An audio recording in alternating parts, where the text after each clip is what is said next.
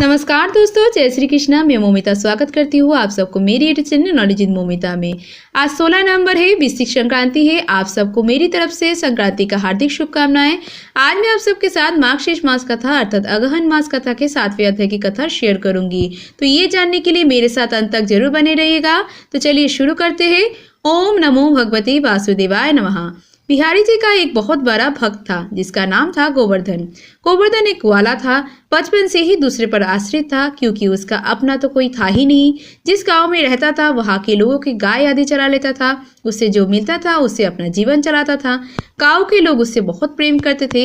एक दिन गांव की एक महिला जिसे वो काकी कहता था, वह वृंदावन जा रही थी। काकी के साथ उसे भी वृंदावन जाने का सौभाग्य प्राप्त हुआ। उसने वृंदावन के ठाकुर जी श्री बांके बिहारी जी के बारे में बहुत कुछ सुना रखा था, तो उनके दर्शन की इच्छा उसके मन में पहले से ही था। वृंदावन पहुंच के जब उसने बिहारी जी के दर्शन किए तो वह उन्हें देखता ही रह गया, उनकी छवि में खो गया। उसे ऐसा लगा कि ठाकुर जी उसे कह रहे हैं, आ गए मेरे गोवर्धन, मैं तो कब से तुम्हारी प्रतीक्षा कर रहा था। गाय चराते चराते मैं बहुत थक गया हूँ, अब तुम मेरी गाय चराया जाया करो। ठाकुर जी की बातें सुनकर गोवर्धन ने मन ही मन में हाँ कर दी और इतने में ही गोस्वामी जी ने पर्दा डाल दी। गोवर्धन का ध्यान टूटा। जब मंदिर बंद होने लगा तब एक सफाई कर्मचारी ने उसे बाहर जाने को कहा। गोवर्धन ने सोचा, ठीक ही तो कह रहे हैं, सारा दिन गाय चराते हुए ठाकुर जी थक जाते होंगे, सो अब आराम करेंगे। उसने सेवक से कहा, ठीक है मैं बाहर जाता हूँ, पर तुम बिहारी जी से कहना कल से उनकी गाय चराने मैं ले जाऊंगा। इतना कहकर वह बाहर चला गया। सेवक ने ये भोली सी बात गोस्वामी जी से बताई। गोस्वामी जी ने सोचा, कोई बिहारी जी के लिए अनन्य भक्ति लेकर आया है, चलो यहाँ रुक रहकर गाय चरा लेगा और उसके खाने पीने के और रहने का इंतजाम मैं कर लूंगा। गोवर्धन गोस्वामी जी के मार्गदर्शन में गाय चराने जाने लगा। सारा सामान और दोपहर का भोजन उसे वहां भेज दिया जाता था। एक दिन मंदिर में भव्य उत्सव था। गोस्वामी जी बहुत व्यस्त हो गए और व्यस्तता के कारण गोवर्धन का भोजन भेजना भूल गए। पर भगवान को तो अपना भक्त का ध्यान रहता ही है, वह तो अपने भक्त को कभी नहीं भूलते। उन्होंने एक वस्त्र में कुछ मिष्टान बांधे और पहुंचकर यमुना तट पर गोवर्धन के पास। गोवर्धन ने कहा, आज बड़ी देर कर दी, मुझे तो बहुत जोर से भूख लगा है। ऐसा कहकर गोवर्धन ने सेवक के हाथ से वह भोजन की पोटली ले ली और भर पेट भोजन खाया।